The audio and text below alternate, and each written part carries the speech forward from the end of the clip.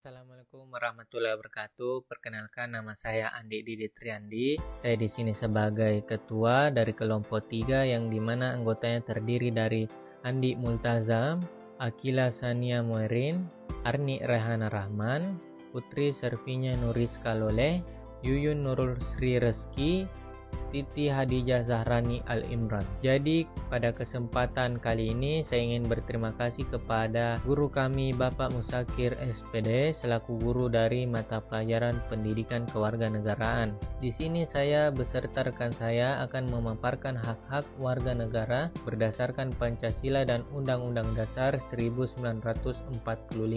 Apa sih yang dimaksud dengan hak? Jadi hak adalah segala sesuatu yang harus didapatkan oleh setiap orang yang telah ada sejak lahir, bahkan sebelum lahir. Sedangkan hak warga negara adalah kuasa menerima suatu sesuai peraturan dari negara yang berlaku. Jadi selama Anda tergolong warga negara tertentu, Anda bisa memiliki kuasa atas hal-hal tertentu.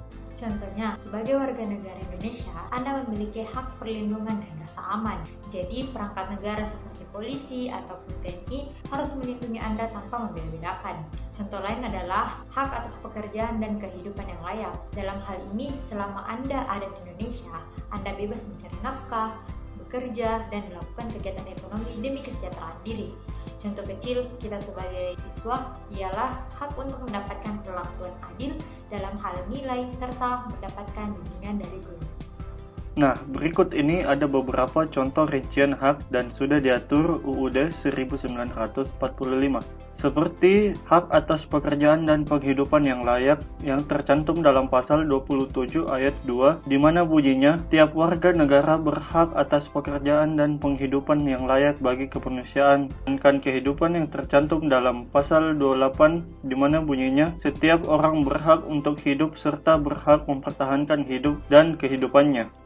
Selanjutnya ada hak untuk membentuk keluarga dan melanjutkan keturunan melalui perkawinan yang sah yang tercantum dalam pasal 28B ayat 1. Setiap warga negara Indonesia mempunyai hak yang sama, yaitu untuk menikah dan memiliki keluarga.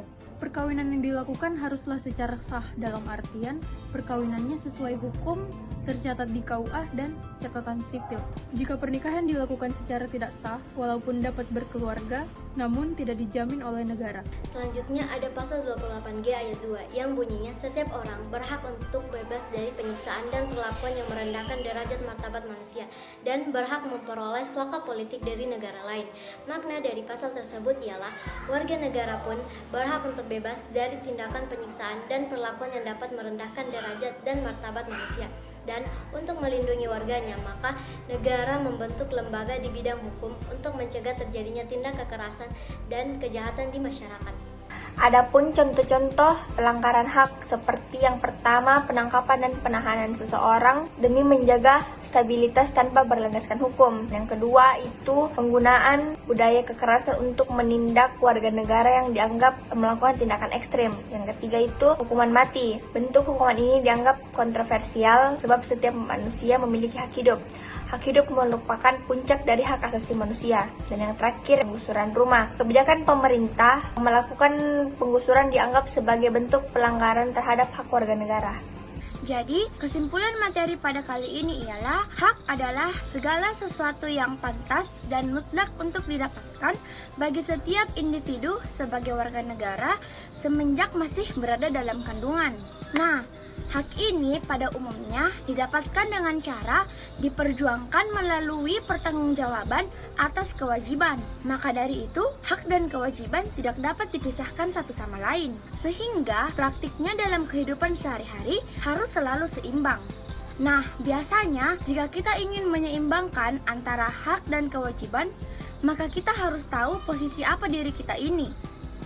Jika hak dan kewajiban seimbang, maka kehidupan bermasyarakat dapat menjadi aman dan sejahtera. Oleh karena itu, kita sebagai warga negara yang berdemokrasi Harus bangun dari mimpi kita yang buruk ini dan merubahnya untuk mendapatkan hak-hak dan tak lupa melaksanakan kewajiban kita sebagai rakyat Indonesia.